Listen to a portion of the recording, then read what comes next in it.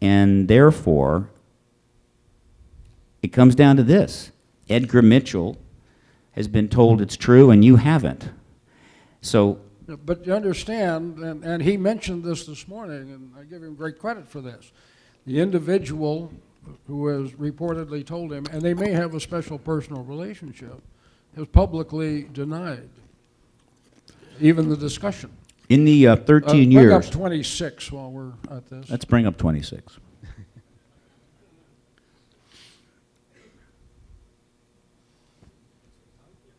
Go ahead, because this is... we should have a... I thought you were going to have the computer here, so you... Oh, okay. Now, I didn't want to get in and fiddle with it. This is the one with the... You had the individual here last year when Hellier was talking. I found that discussion frightening.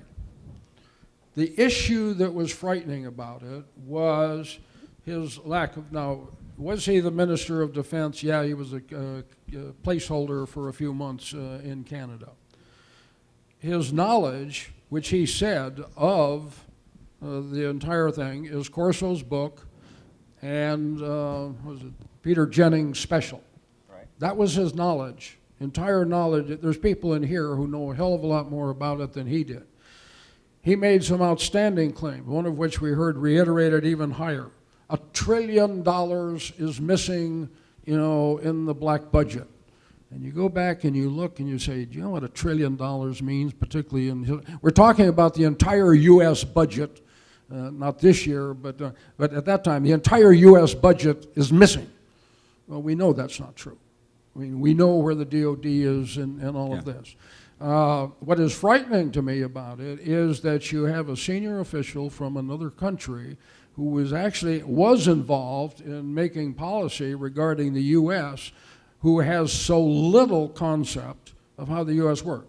Is there, black budgets and that? Absolutely. If you think there's no oversight, and this is one of the problems, I think this stuff goes into some mythical air and, people just do whatever they want. There is oversight, and it goes both in the executive and the legislative branch, and there is intense internal competition. I mean, within black budgets, believe me, they find it, particularly for the last decade or so, as our budgets have been on steady decline. So the fighting over this budget and the real world issues just eat you up.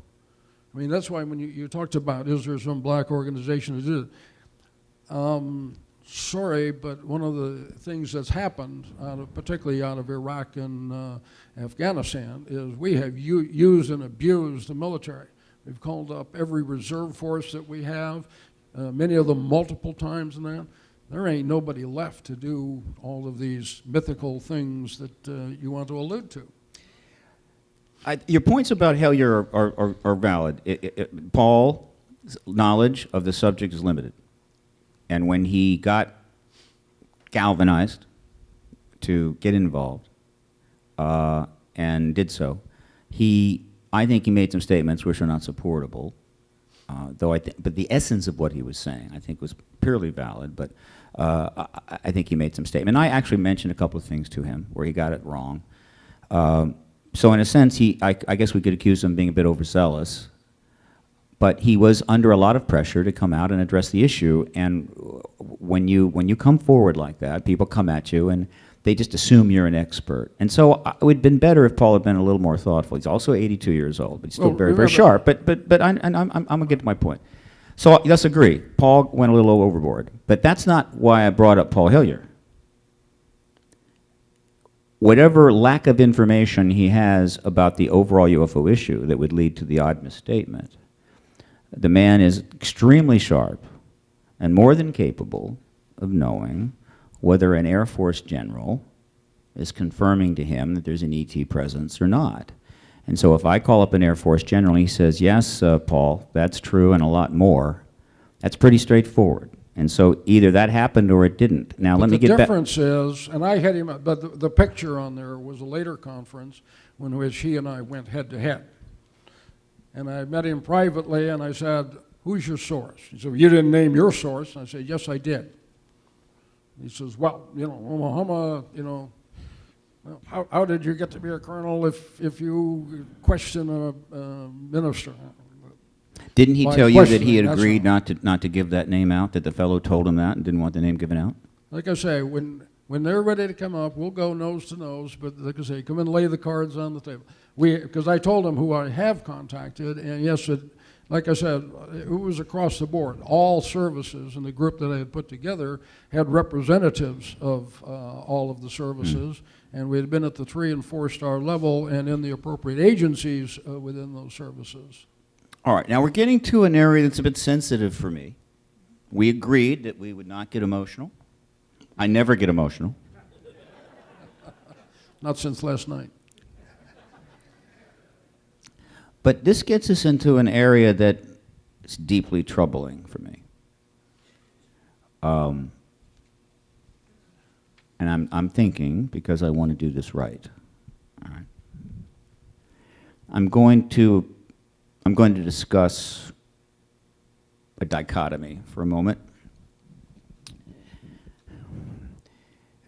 Whether the theory about origins are correct or not, it is in fact true that years ago, going back many, many years, outrageous stories would appear in tabloids, particularly the National Enquirer, and certainly the Weekly World News. All kinds of wild stuff, just insane kind of stuff, right? Then any reasonable people would dismiss, perfectly understandable. This is the low end, right, the low end. So if somebody reads in the Weekly World News that Clinton had lunch with an extraterrestrial, most of us would say that's nonsense. Of course you would. It's ridiculous. Okay, that's the low end. Now, as it happens, the founder, the person that created the Enquirer, was a former CIA agent. And that person then went on to create the Weekly World News. So this is an intimation about, how would you say, the creation, and I believe is true, of ridiculousness about the issue with a government origin. The government has exercised this prerogative to create and put out that kind of information. Certainly there's a hints of that happening, but whether the government was involved or not, it did happen. Now let's go from down here. Let's go from the Weekly World News, and let's go all the way up to the moon. Now, when you have a man who gets a PhD in astrophysics aeronautics from MIT and is so capable as a test pilot that he is selected amongst many to be the creme de la creme and be an astronaut, and is so capable as an astronaut that is selected to be one to go on a moon mission, and is so capable that they're selected to be the one to leave the craft and walk on the moon. If you have served as a captain in service of your country, I'll get to the point. No, I'm going to get to that. Now, let me finish this, John. I realize I'm belaboring. And ask him what he said firsthand, because he stated. No, this isn't about that. This isn't about that. I'm going to something else. I realize what you're saying. No, but I'm going to something else, and I'm going to hit it pretty hard. And you look at the career. You look at the career of Edgar Mitchell. All right. If Edgar Mitchell says that an individual told him something, and then that individual later says, "No, I didn't," I'm going to tell you flat out, the second individual is lying through his teeth, and Edgar Mitchell is telling the truth.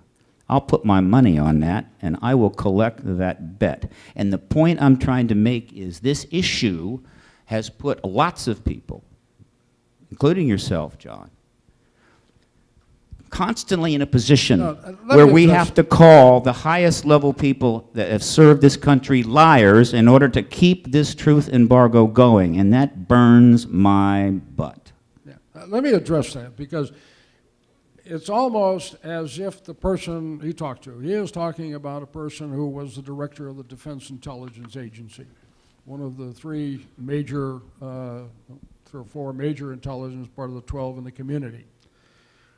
I find it impossible to believe that if this were true, the individual, to have him come back and say, "I cannot get briefed," is totally illogical. Let me tell you why. The rationale is, and I've heard this, it's an interesting argument from even the proponents who say crash yes, take it as a singular event that could never happen again. Okay? Now here's the problem.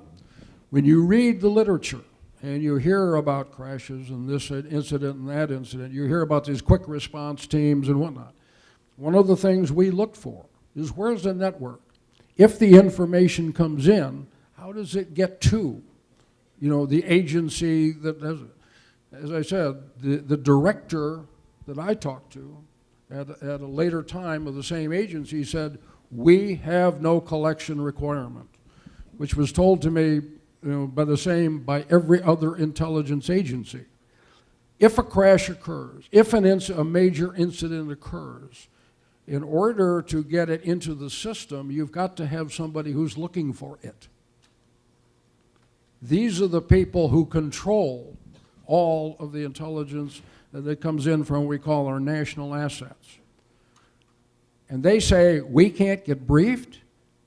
It defies logic. The emperor has no claws. Well, John, look, it's really very simple. Your deduction there is perfectly reasonable, and it may be quite valid. But what is the point? Are you therefore saying that Edgar Mitchell was not told that, or the person was lying to Edgar? Neither of us were there, so okay. He and the admin will have to say what was told. Don't know. But let me give you another incident that I think you're familiar with. This had to do with Bobby Inman. Yeah, an individual calls Bobby Inman and talks about a UFO, blah, blah, blah, blah. And then they finally contact Bob, and Bobby said, oh, well, we had a collection, we had this and we had that. A lot of the times the question, what question was asked or what question was perceived by the person answering the question. Mm-hmm. In that case, he said, I thought you were talking about Glomar Explorer. And yes, we did have a huge secret program. Some of you have seen now specials on it. It had to do with a Russian submarine that went down. We had a huge program that went out and actually captured the Russian missiles and brought them up. We had a burial at sea of the Russian crew and that. Bobby thought he was talking about that, and yet this gets translated to, happens all the time. You got people so unless you're there, you don't know, understanding exactly what question was being answered, what the thoughts were. All right, but that's why mine have been unambiguous. All right, and I think we can both agree that you weren't there when Hellyer spoke with the Air Force General. Are you saying when you ask Hellyer, will you reveal the source, and he didn't? You seem to be somewhat nonplussed that he wouldn't tell you the source. Are you implying that Hellyer was lying about that conversation with the Air Force General? No. Okay. Well, I don't know I have no idea. You have no idea. What I can say is the information that he described didn't make sense to you. It does, well, not only doesn't make sense, like I said, it went beyond not making sense. Okay. Just not even logical. All right. Now, there have been a number of incidents, there have been a number of things that have happened where this has come up. And I don't want to get too much into this because you say we're sort of arguing minutiae at some point. By the way, what is our time situation, gentlemen? How far are we into this? Oh, okay. And I'm really bringing these up not to, quote, defend anyone, but rather to sort of demonstrate the kind of churning that's going on and describe what we're dealing with. This is a famous incident that occurred in which a meeting was set up, and a dinner was held so that Stephen Greer and CIA Director Woolsey would be in the same place at the same time. The meeting was set up by John Peterson. All right. I've seen the email, copies of the email that were exchanged in the setting up of this meeting. And at that, quote, I say dinner where a meeting took place. And at that dinner, there was a long discussion that went on between Greer and Woolsey. That's understood. Nobody debates that. And I believe others were, the wives were also there listening. Greer eventually, Greer's understanding was that that meeting was set up so this could take place. He referred to it as a briefing, which is a bit of a stretch. It's a briefing if you think it is, and it isn't if you don't. The point is that it did take place. He talked about that several times, but it never really went anywhere. But eventually, after a number of years, even though it was out, I think he mentioned it on Bell, it was out in a sort of off to the side kind of thing, but eventually he wrote a book, Contact, in which he put this meeting and described it specifically in the book, meaning in writing out there. Now that creates a different situation. At that point, Woolsey responded, and he denied that this was special, that it was set up for that. He denied it was a briefing. He dismissed it as being irrelevant, and John Peterson backed him and said yes. Well, actually, but I've seen the emails that were exchanged, and that they are, how would you say, not concordant with John Peterson's response. Now, I can perfectly understand why Woolsey, who was still a significant figure involved in multiple projects and frequently brought on television to comment on a number of things, would not want to be associated with the UFO issue. It's very possible that some understanding was made that night that it wouldn't be discussed publicly. This happens all the time, I can talk to you, but it's off the record. And that Greer violated eventually that understanding. But let me be clear here. I do not believe Woolsey, and I do not believe Peterson. I believe Greer. I believe John and Woolsey. You believe John and Woolsey? Okay. So you see, so the effect of, quote, the embargo of information, the effect of playing games, the effect of disinformation, the effect of ghettoizing the issue where you can't be associated with it, puts people where they have to deny or not deny and take sides, and it splits things up. And we're not talking about just regular people, we're talking about high-level people, right? And so it gets kind of ugly in my sense. Now I want to change the subject. I want to go in a different direction, John. I attended a Laughlin IUFO conference a couple years ago, and you came down to speak at that. It's one of the ones that you spoke at. And you gave a presentation very similar to the one that you have referred to, right? But you prefaced that presentation, your kind of standard presentation, with some remarks. And the sense I got, I could be wrong, is that you kind of had come down to speak because you wanted to, not just to give your presentation, but you wanted to get those prefaced remarks out there. And I got called that morning. Let's put it in perspective. I got called short that term, morning. right. They lost a speaker and say live in Las Vegas. Could I come down? So they called you. You didn't call them. Grab Okay. something and run. But they called you. You didn't call them because I didn't know. You didn't call them and said I'd like to come in. No, they called you. No, okay. no, they called me and said we lost a speaker. No problem. A guy that they know, Michael Hesseman, was Fair working enough. with them. And you came down and you spoke. And here, and I'm going to paraphrase the remarks that you made. Please clarify any mistakes on this. But the essence was that you wanted to get something off your chest. No. Okay, that it wasn't that. Then you simply said that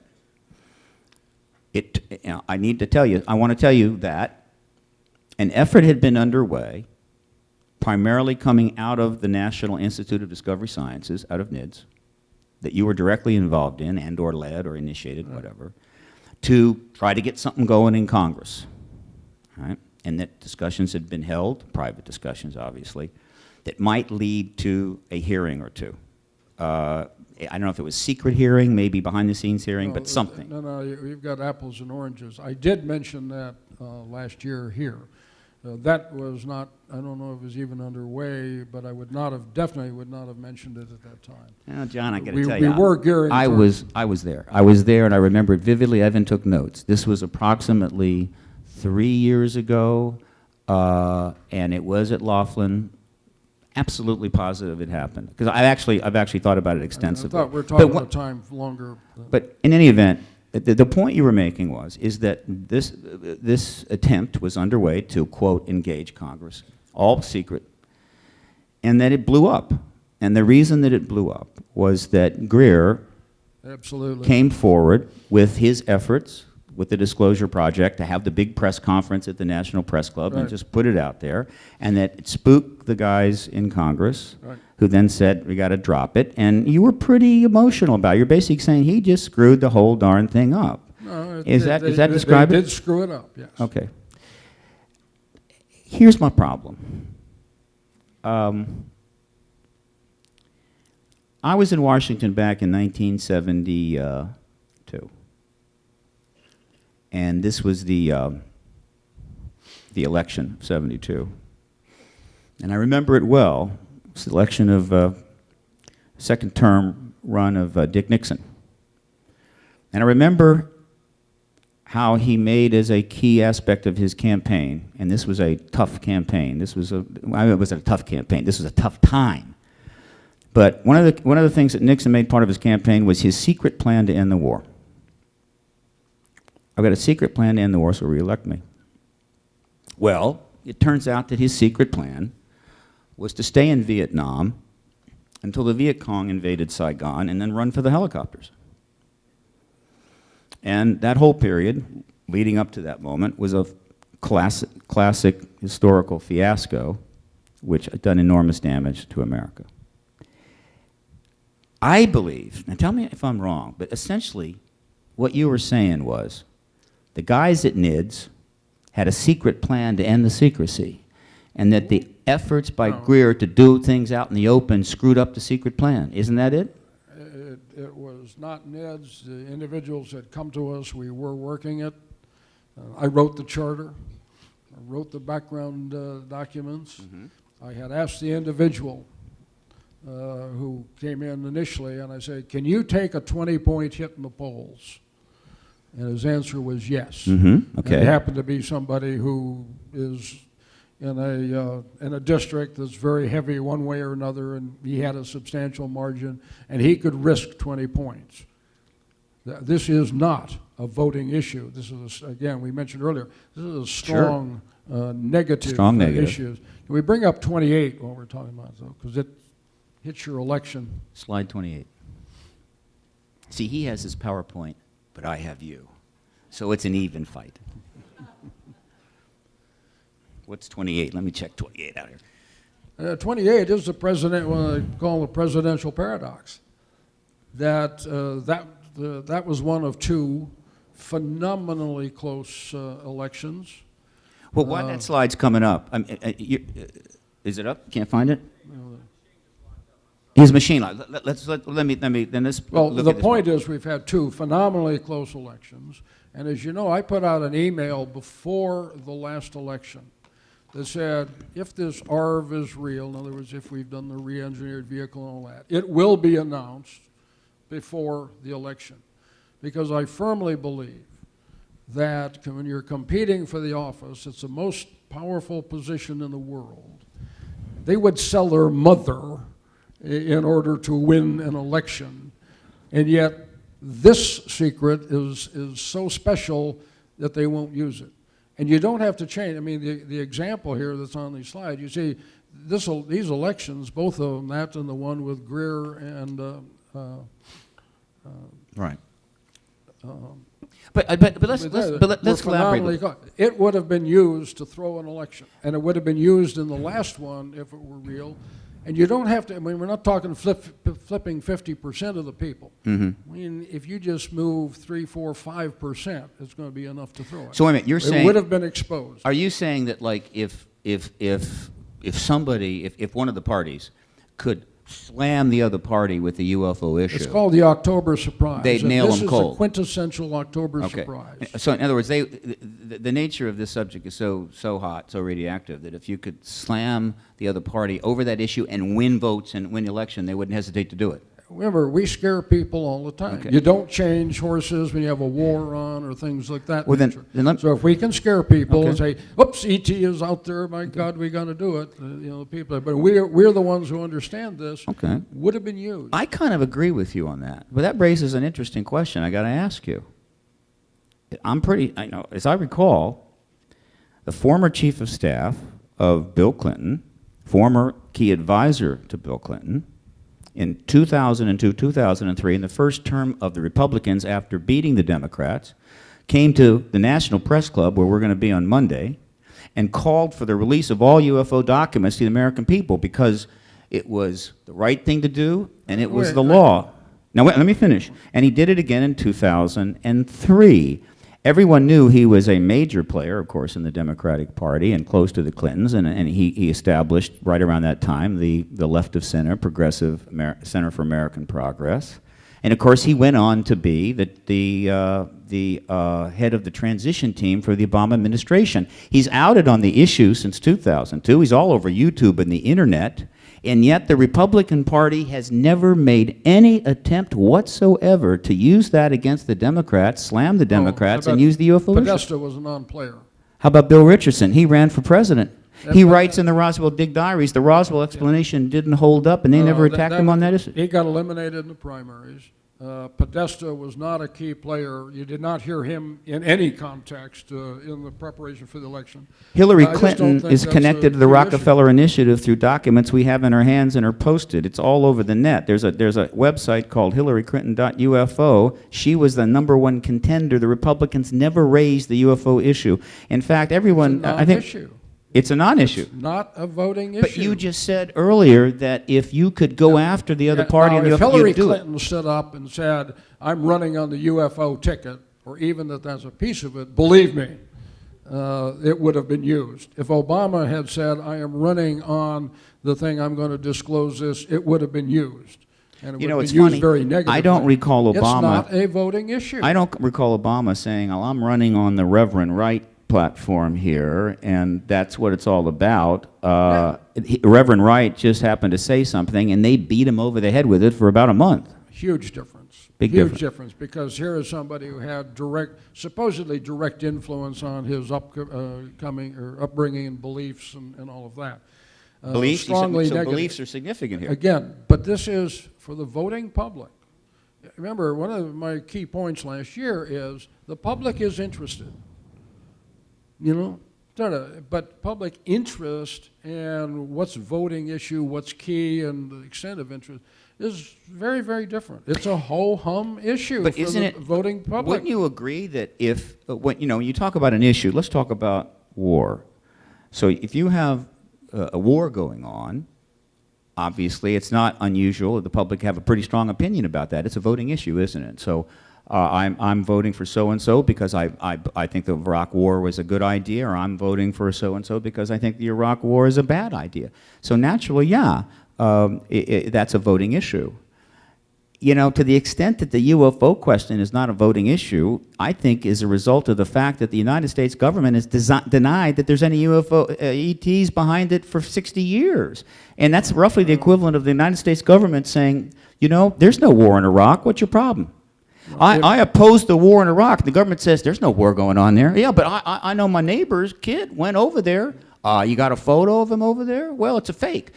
There's no war. There's nothing going on in Iraq. But that's a good point. Yeah. That is actually a good point, because I do still work with the military. And we hear constantly the United States is at war, particularly under the last minute. Well, the war on terror, yeah. That's BS. The United States is not at war. Some of us are here who grew up in World War II. At 4 or 5 years old, I knew we were at war. 40% of the GDP was at war. The American Army is, or the American military is at war. What do you need to do? Got to change battery? Oh, give him, yeah, give him your flash drive. I arranged for your presentation to be trashed, John. Yeah. I trashed your presentation, John, and I admit to it. I confess. I did the same thing to Edgar this morning. Yeah, you knocked him. You hit him. You ordered up a hypersonic laser diddly from space. Yeah, I understand. But the point is, yes, you hear this rhetoric about the America is at war. The reality is the American military is at war. The intelligence community, small segments. If you have friends, children, loved ones, neighbors, they may be at war, but America's at the mall. The keyest issue, and that's emerged finally, is somebody said, my God, look what that's costing. Sure. I mean, the issue there is economics as opposed to we're losing. You opposed the Iraq War, didn't you? I believe you did. I think it was a horrible mistake. Okay. In fact, John's politics is a little more left of center than you might think. But wouldn't you agree that if the scenario that we understand, that the idea of the weapons of mass destruction being there, that there was literally a misperception, not misperception, there was a clear mistelling of the reality of that situation, that's an incredibly grievous governmental... That's terribly complex. I don't know. I've yeah, read it is stuff true. on, Yeah, we on could go all both day. sides You're right, of the you're right, issue. you're right.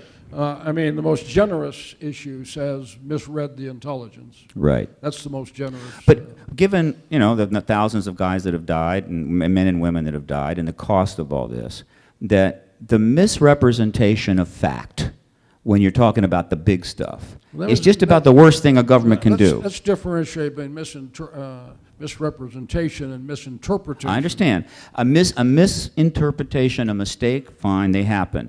But I'm saying a true misrepresentation of fact, meaning I know there's no weapons there, but I'm going to war, and so I'm telling the people. That's about as bad as it gets in terms of malfeasance. Is that a fair statement? But people did that. And people inside, there were people inside the intelligence. I had a friend from Los Alamos who was in Iraq before the war and came back and said, it ain't there. And there were people saying, and that so, program does not exist. And they got overrode, that just, you understand how these systems work. But you understand, for your system to be, positioned to be propagated means there has to be a large numbers of they who have this information who are consciously withholding it. Unnecessarily. And that's... Unnecessarily. Necessarily. When Colonel Haynes, I think I got the right, when Colonel Haynes stepped out on the podium back in I think it was 97, could have been 95, for the remarkable press conference given by the United States Air Force. Roswell. On Roswell. And when he stepped out there and started to provide the mogul explanation, right, as well as the crash dummy explanation, I doubt if he knew one way or the other what was true or not. He was a spokesperson. He was walking out there to tell people what he'd been told to say by people who were told what to tell him to say. No. Let's understand. We've been through this. It's like the Condon report was right. Went through this last year. Yes, Condon was right. The question to Condon was not, are there UFOs? The question was, is this a threat? The Air Force wanted this to go away. Sure. They did not want to commit resources. We're talking, at the fundamental level, you're talking resources. Sure. And competition for resources. They wanted it to go away. The easiest answer is to say, no threat. We are the Department of Defense. We're not the Department of Things that fly around. In fact, there's other people responsible for that.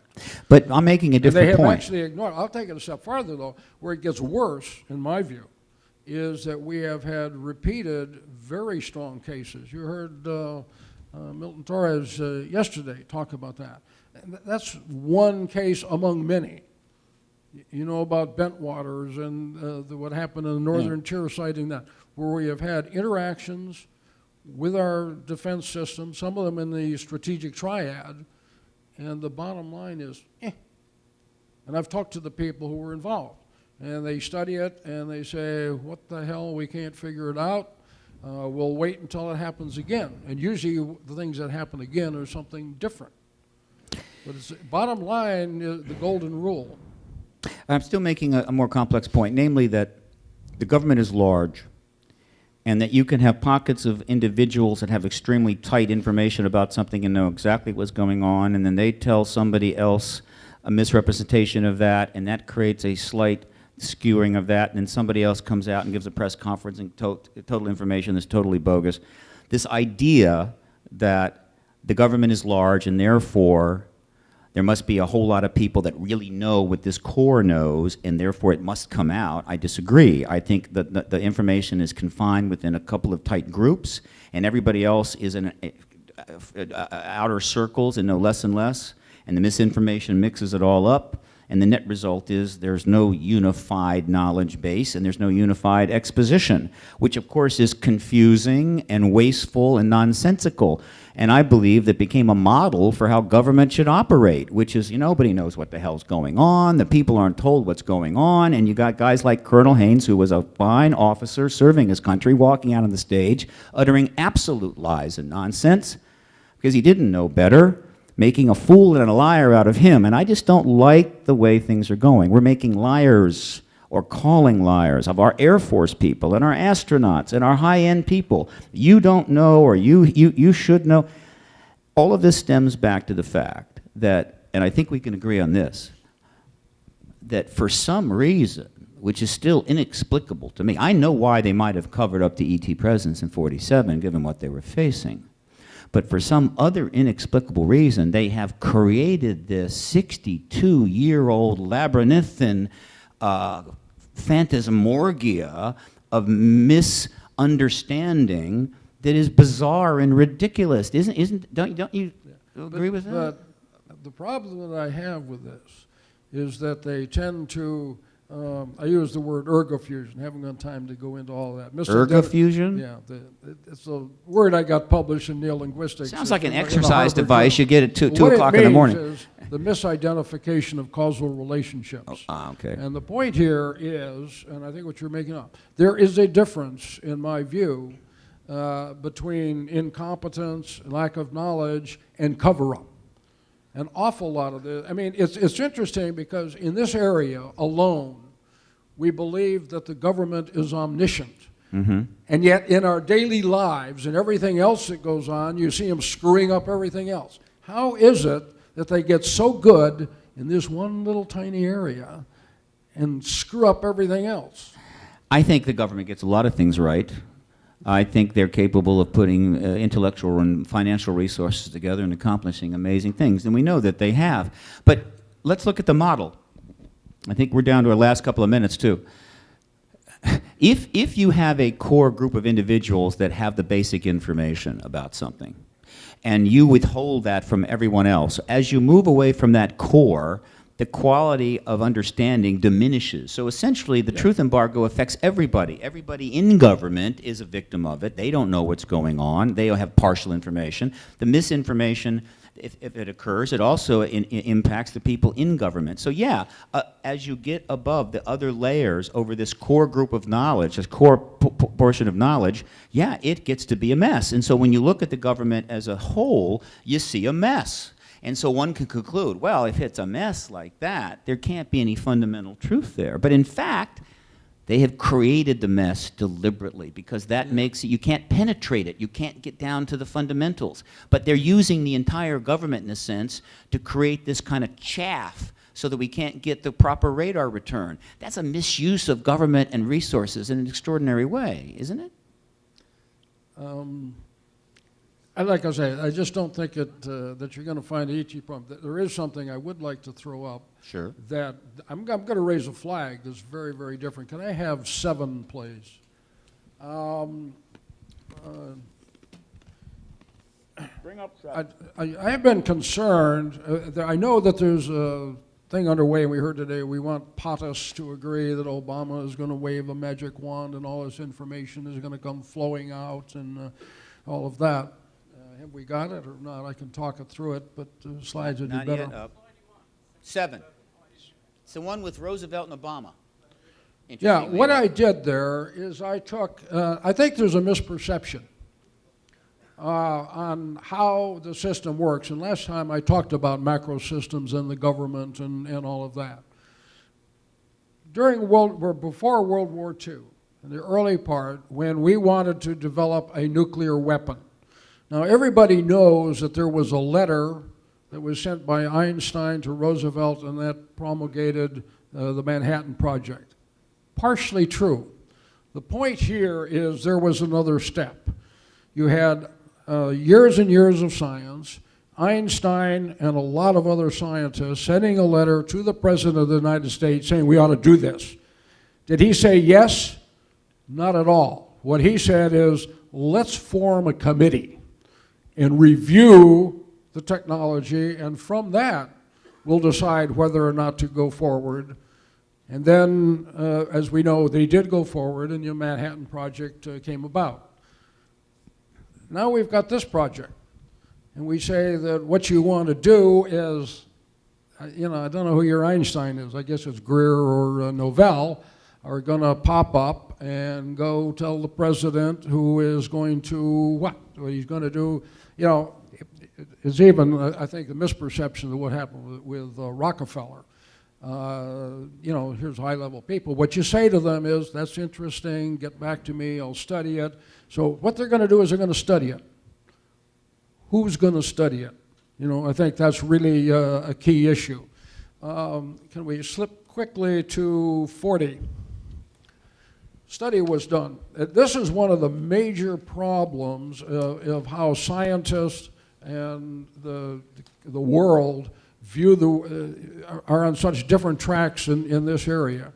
The one on the left is the general population and what they believe on psi, or the people who believe it's psi phenomena. The next one are all college professors, and you see quite a few college professors at least agree to that. AAAS is the American Association of Aeronautics and Astronautics. You got a fair percentage there. The next batch, NAS, is the National Academy of Sciences. And they're down at about 4% even believe. And I've worked with these people. I've sat on boards with them and had individual talks with them. The people that are going to evaluate this technology, if you will, to review it, come from that group. Strong non-believers. My point here is, be careful what you ask for. You know, I have another slide we could go through, and I'll take you through it separately on you know, what the flow chart would be and when it falls out. I think what you'll get, A, probably nothing. B, if you're most successful and you get through, what you get is Condon 2. You will get a report that looks like Condon and set us back another 50 years. I'm gonna say that could happen, but I'm gonna tell you, if they try that again, given the power of the net and YouTube and cable news and the multi-tiered media and the computer savvy of people out there, particularly the young people, I think they're going to take that second Condon report and they're going to shred it down to the molecules, and it's going to be thrown in the trash, and it's going to blow up in their face in about a week and a half. Let me have 41. 41. What? Unfortunately, you can't see it. This is the public excited. Okay? That's the Washington Mall, 20 January. What you don't see, by the way, is there were 55 million people who voted no. Mm-hmm. You know? But this is the public excited. This is the public in the UFO arena. Point is, this is not, as I said, public interested, tell me about it, you know, neat little studies, okay. But tomorrow, you know, like my wife said, does this mean I don't have to go to work? All right, I think we'll close with this. I'm going to respond to that point, and then I'll give John the last word, because he wanted the last word. Because I think he's brought up a very key point. This is, to me, the most serious concern that I think we need to address, right? He's absolutely right that a nation moves forward or moves in various directions based upon public interest, public desires. And so when the public is motivated sufficiently, it can exert substantial force on the state to take action. We know that eventually, by the late 50s, that there was sufficient public demand and concern regarding the question of equality and civil rights that they took to the streets. They started organizations and protests, and they really put a great deal of pressure on the government, and we got laws that started creating a proper multicultural society with equitable laws. And we've seen the public do this again in Vietnam. Eventually, not initially, but eventually the Vietnam War became so abhorrent, so many, that they took to the streets by the hundreds of thousands because they generally knew what was going on. They knew about the war. It was being reported. They had not all the information, but enough to form a pretty good opinion. And so they took to the streets. All appropriate. Doesn't mean that they got what they wanted, but they certainly, it was a voting issue for them. But what happens when the government, which has built vast secret complexes, huge intelligence agencies and classified schema and programs with vast black budgets, is able to create and put in under the secrecy blanket so much stuff? What happens when the issues that you're supposed to get worked up about, you don't even know about? Mr. Rumsfeld's unknown unknowns. How do you go to the street about something you don't even know exists but does exist? So when you get in the area of secrecy, you take away from the public its ability to decide whether it's going to go in the street or not. And so you create non-voting issues by intent, not by public consensus. The public is not deciding what's voting or non-voting. The government is, because it decides what you even know. And so the day we get to the point when what we decide to do and when we go to the street is only based upon what the government lets us know, this republic is done. All right? And that's the essence of this issue. Yes? What's going on in the entertainment community? This is out there. And in fact, it's widely believed. Look, there's a vast number of people, in fact, I think the majority of people actually believe, would support the conspiracy. No. The people didn't go to the streets in the 50s over the civil rights issue because segregation was happening in the movies, John. It was because it was happening in the streets of America. Right. And the reason that they're... But you just said they don't know about it. I'm sorry, they do know about it. And well, as we know from polls, that most people would agree with your position. Again, this thing about knowing, you know, it's funny. Yeah, you're right. There are a lot of things out there you can kind of learn about. And there are a lot of people out there who believe that what government does doesn't matter. In other words, look, if I know something is true, it doesn't matter what the government says about it, right? So it's like saying, look, I know that going to war is a bad thing in Iraq. I don't think we should do that. Okay, fine. You have an opinion, you know about Iraq, great. So what the government does about it is not important. It's what I know, it's what I think is important. Except when the government decides to do it, they send your sons and daughters over there. They don't say, would you like to go? They send them over there. They have the power of the purse, so they take your dollars and they spend it over there. And they affect your life in 1,000 ways. And so, you know, whether you know about Iraq or don't know about Iraq doesn't mean a hell of a lot. It's what the government does about Iraq. And so what you know about the UFOs is important to a degree, but what the government does about them really does matter. And we can never get to the point where we're at this, you know, what the government does doesn't matter. Believe me, it matters hugely. The government didn't regulate the derivative industry, folks. And now watch your pensions disappear. It did not properly regulate the mortgage industry, and now people are watching their homes disappear. Plenty of people knew about those things. Government does matter. And so I believe what government does on the UFO matter is incredibly important, John. I'm going to let you have the last word. Can I have the last slide then? Last slide, last word.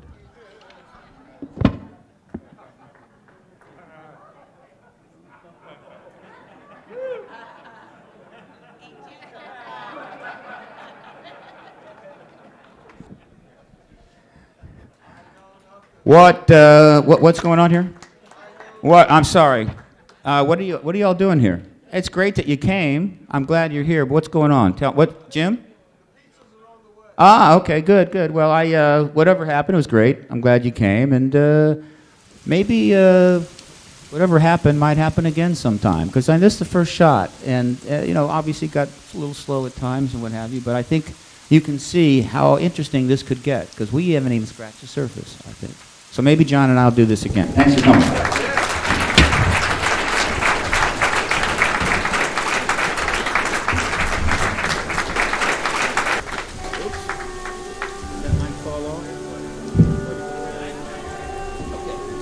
We're running late. Let's take about a 15-minute break, and then we'll get to the next speaker.